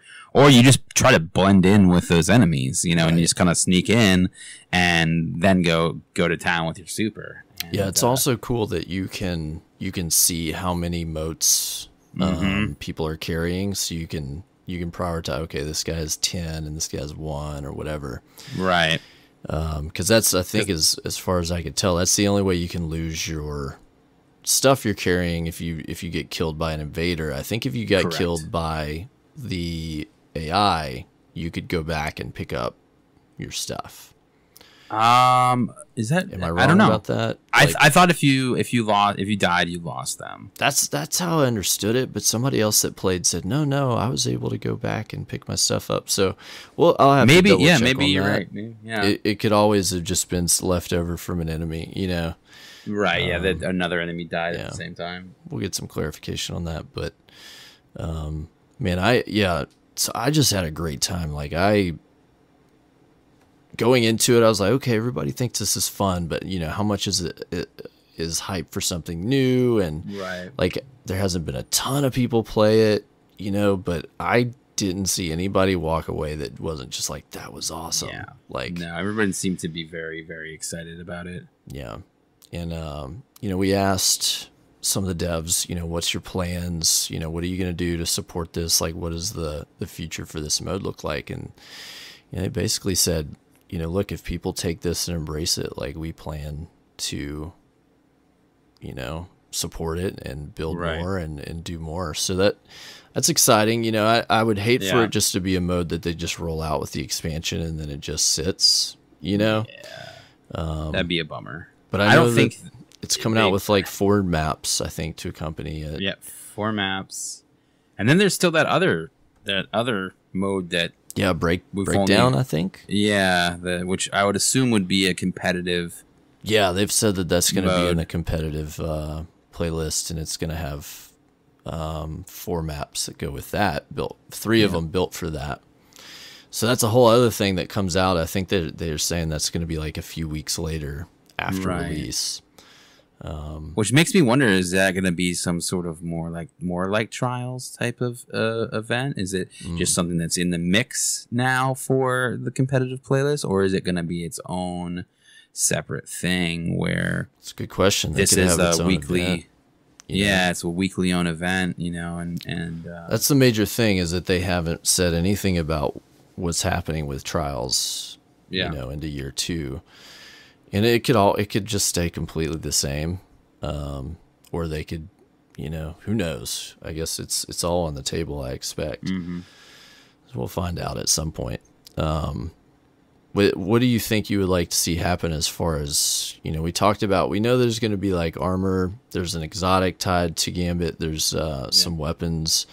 You know, I've seen some takes some people have thrown out. Well, okay, what, you know, maybe they could do a special event around Gambit and different stuff like that. Like, would you like to see anything beyond just having it be a playable mode? Like, what do you think? I definitely think that having support post-launch for it is going to be something that I would love to see, and hope that they do. You know, with like Prison of Elders and things like that, I mean, you didn't really see a whole lot of support for it. I mean, they made some updates, you know, later on and changed some stuff, you know, but at the same time, it just, you know, it didn't feel necessarily like supported. Yeah, it kind of just lasted for a season, and then once the next expansions or whatever came out, it was, you know, it was done. Yeah, and I would hate to see that be the case. Yeah, that would be a shame, you know. So for me, it would definitely, support would be a huge part of that.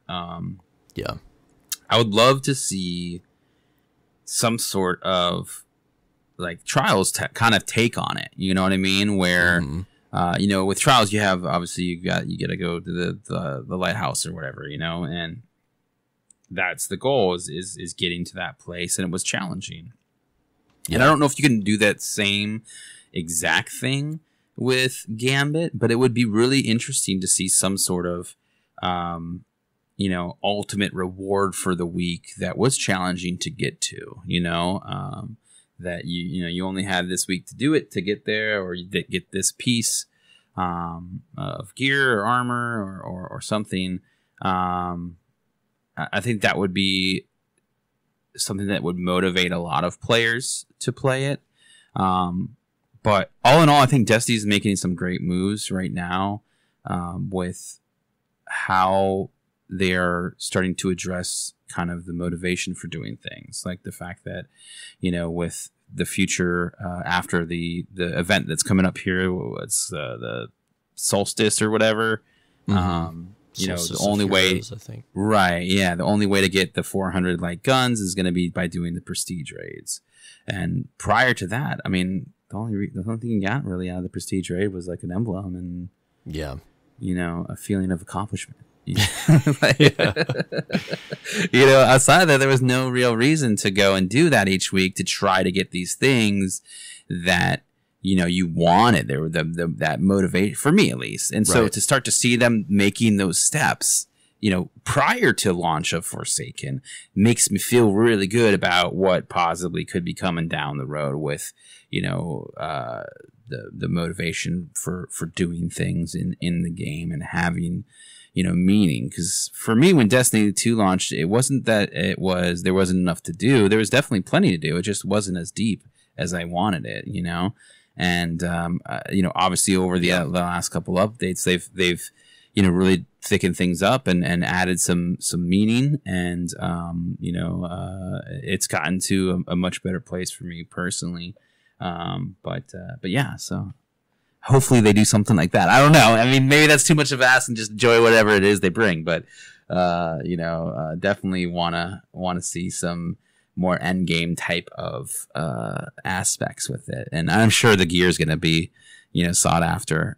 Same with the weapons, so that will probably take care of most of those things. I agree with you. I think everybody that's played the mode has really been into it, and so they're thinking ahead. You know, okay, what this is going to be fun, and I want to play a lot. Right. So what can you do to make it similar to other events? You know, trials or raids or Iron Banner. You know, as they call them now, pinnacle activities. Right. Like how can you build a system around that will give me some things to chase and some things to work towards and be proud of when I earn. And you know, a lot of it I find is often okay, have some great weapons, some really unique weapons, right. Have some really cool looking armor that has cool perks and stuff like that. So I'm hoping that they've already got that in mind. And I guess we'll just see where it goes from there. Yeah. You know, we're getting so much game in September. Yes. It's like, man, there's I think they're going to have a lot that they can build on through the year, you know, just depending on what people enjoy. And I think there's going to be a lot for a lot of different players, as long as they just like to play the game a lot.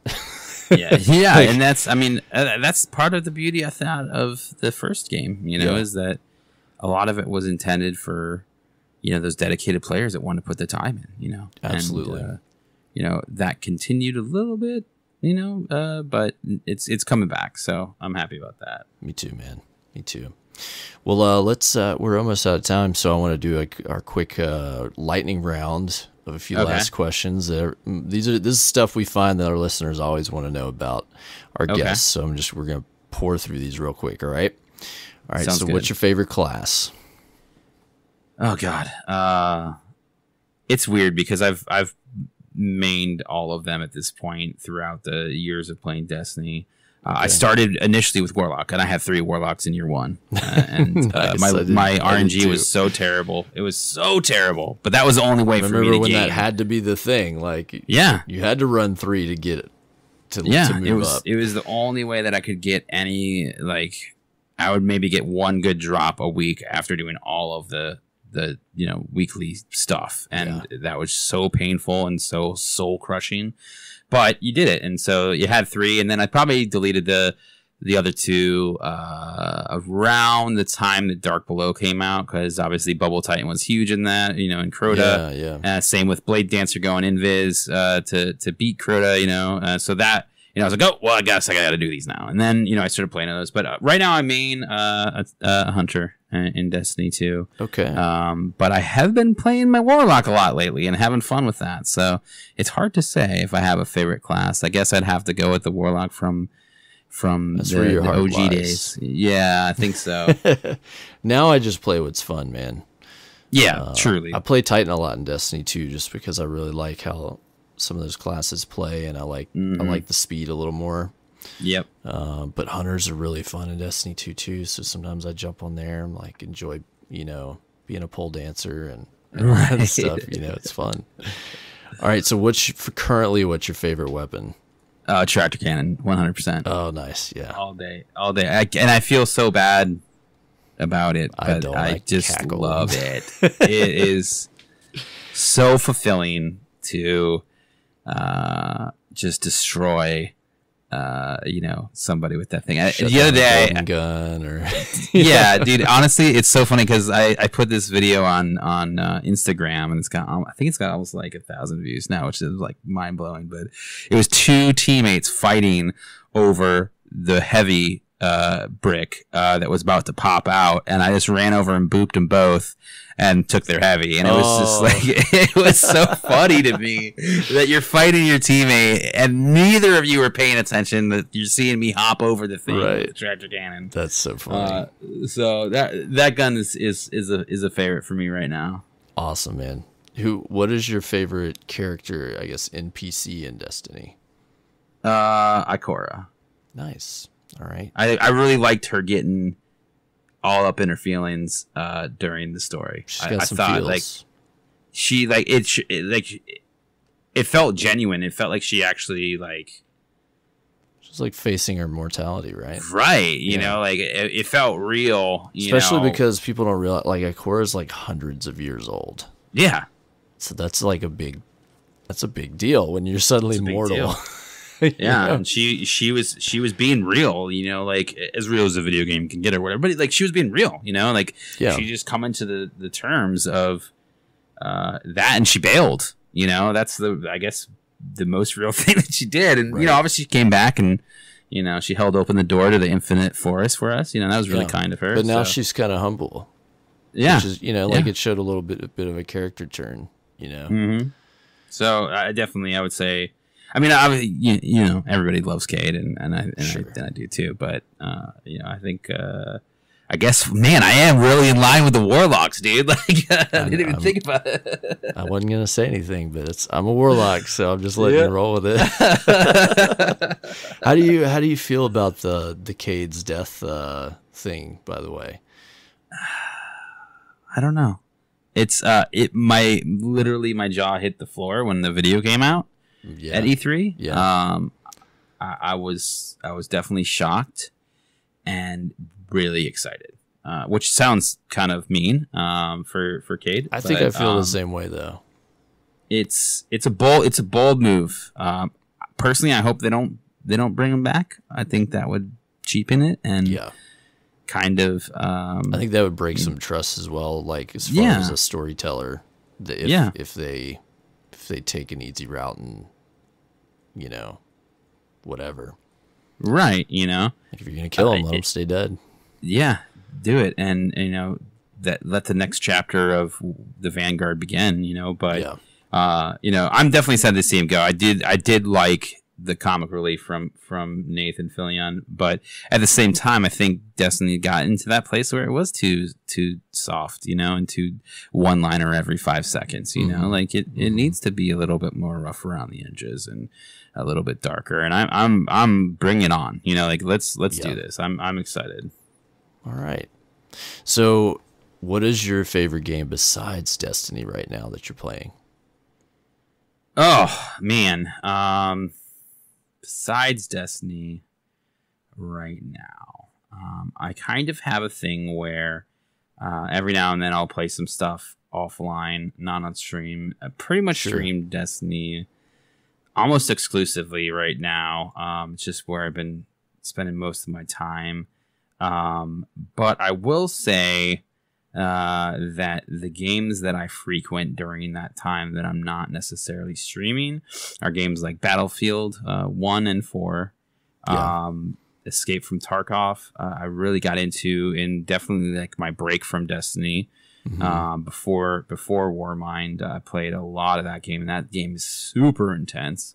And then one that I didn't get into until recently again, which is the Ghost Recon game.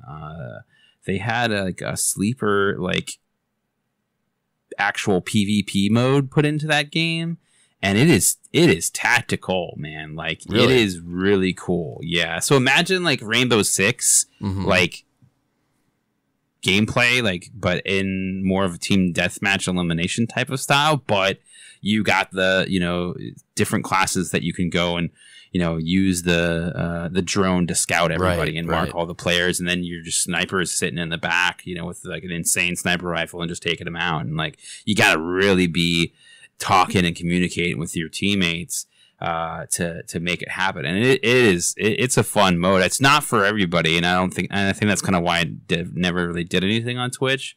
But it's definitely a fun mode. So if you already have that game, jump in there real quick and try out the actual PvP, because it is quite fun. But yeah, I think that's about it for me as far as other games.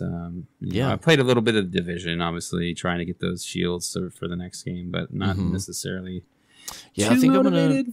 I think I'm gonna give Division 2 a try. I only played the beta for the Division, and I think I was just so deep in Destiny, like the third person and the pacing and stuff, like it just wasn't my cup of tea. But I watched the E3 stuff for Division 2 and like it seems really cool, man. I want to give it another shot. You know? Yeah, definitely. I think they made probably some great improvements that were pain points for a lot of players during the first one.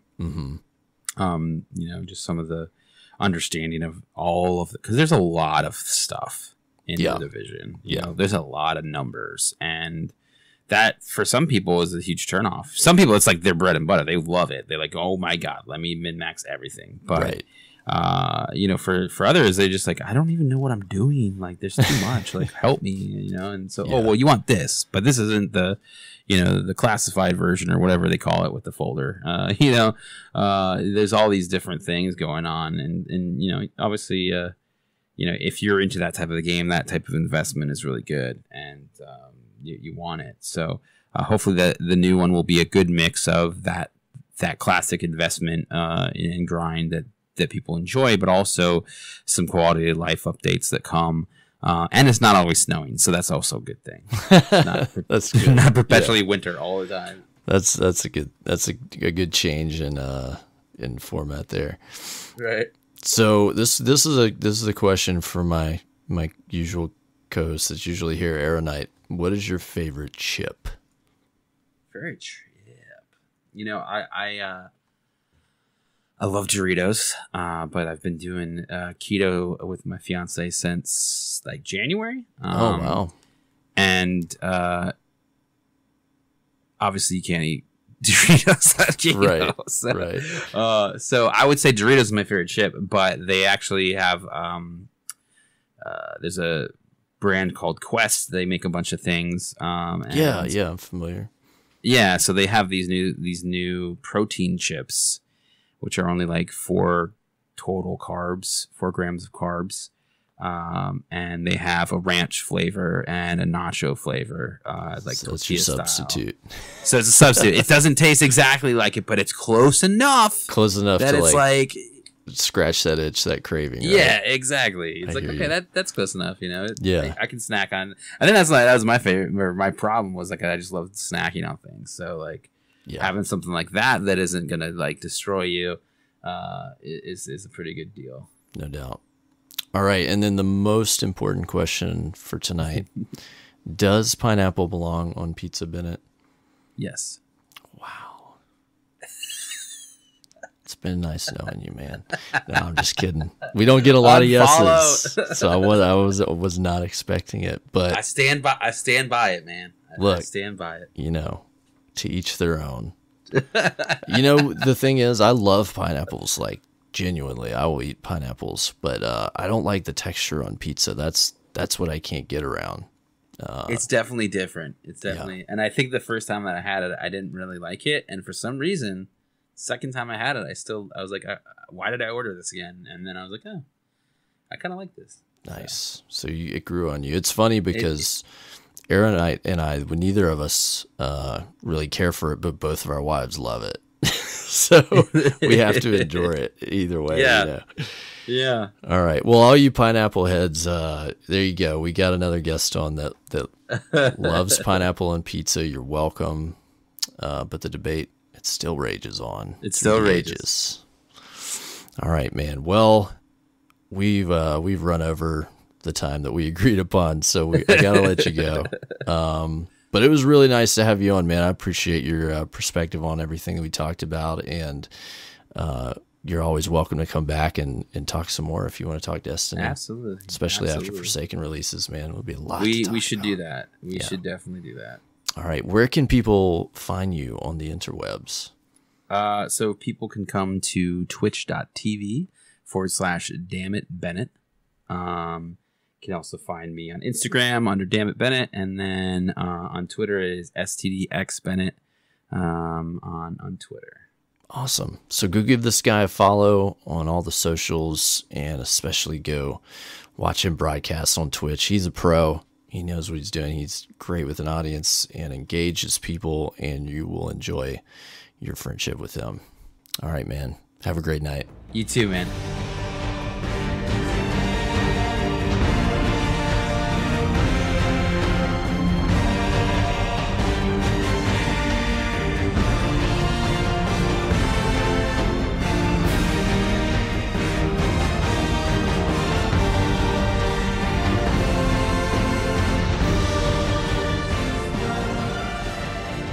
Right. Thank you, Bennett, for your time. Really enjoyed talking with him. Just a really cool guy, man. Y'all be sure to go check him out. And we're going to have him back for sure after Forsaken launches so we can talk more about that content and whatever the heck's going on then, man. I'm very optimistic. Now you may notice that I didn't throw out our trademark line. How was your reset? Well, there's no one to ask this week, and I'll be honest with you. I didn't get to play any video games because I was gone all reset. So let me ask you, how was your reset? Let me know in DerpFam Discourse. DerpFam Discourse is the part of the show where you, the listener, get to tell us what you think, or ask us a question, or throw out a curveball our way. You can do that by sending us an email, destinyresetpodcast@gmail.com, or speakpipe.com/destinyreset. I've got one email I'll read real quick because a couple weeks ago we had a contest and we were asking for you to submit some of your favorite moments from 3 years of DRP. I've got one email from a community member, McKinsley, and he writes, "Hello. So my favorite moment of the podcast actually was just finding you guys. I started playing Destiny in February 2016 and loved podcasts and found you guys. Then I had to go back and listen to previous episodes such as your King's Fall review since I love that expansion and raids so much. Thanks." Well, thanks, McKinsley. I recognize you. You've sent us mail in the past.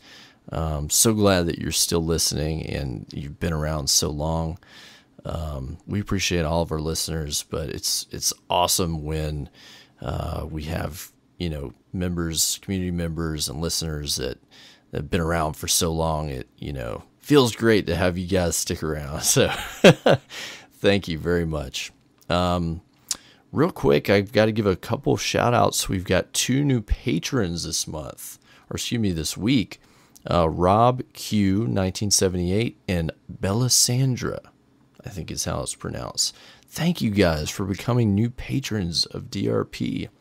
If you don't know what a patron is, go to patreon.com/destinyreset, where for as little as $1 a month, you can support the production budget of our show.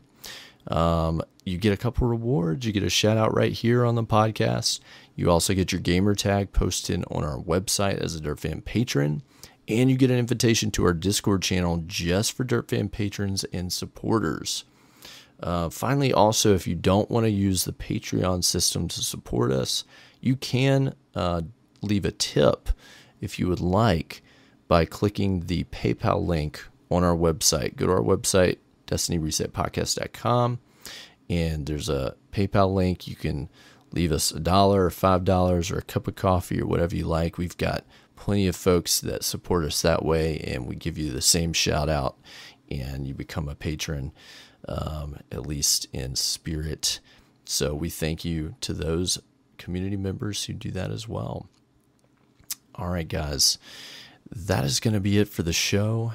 As you can tell, my voice after many days of talking too much is definitely giving out. we would love if you would come and follow us at Destiny Reset on Twitter. That's a great way to find us. Or you can go to our website, destinyresetpodcast.com. It's got all things DRP, anything you might be looking for, including links to follow us on your favorite podcast app of choice. You can find me at CyborgSasquatch on Twitter and Mixer. And you can find my typical co-host, AER0KNIGHT, on Twitter at AER0KNIGHT, and YouTube. I think is youtube.com/AER0KNIGHT. Yeah, that's where you can find them. So thank you guys for the Apple Podcast reviews / iTunes, whatever they're calling it these days. We've got a few new ones from Bryce Richards, the Jade Rabbit 92, and J-Dom. Man, I appreciate you guys leaving some feedback and some stars on the show. If you're listening on Apple Podcasts, please take a moment to leave us a rating and or a review if you can. It helps us get seen by more listeners, somebody that might be looking for a Destiny podcast. Those reviews really impact where we come up in those searches. And man, we are approaching 200 reviews, which is huge. I'd love to see that happen before Forsaken. So you guys listening out there, if you haven't had a chance to do that, please do. We would appreciate it so much. Well, that'll be all for this week, Guardians. Until next week, have fun playing Destiny 2, and take care, Guardians.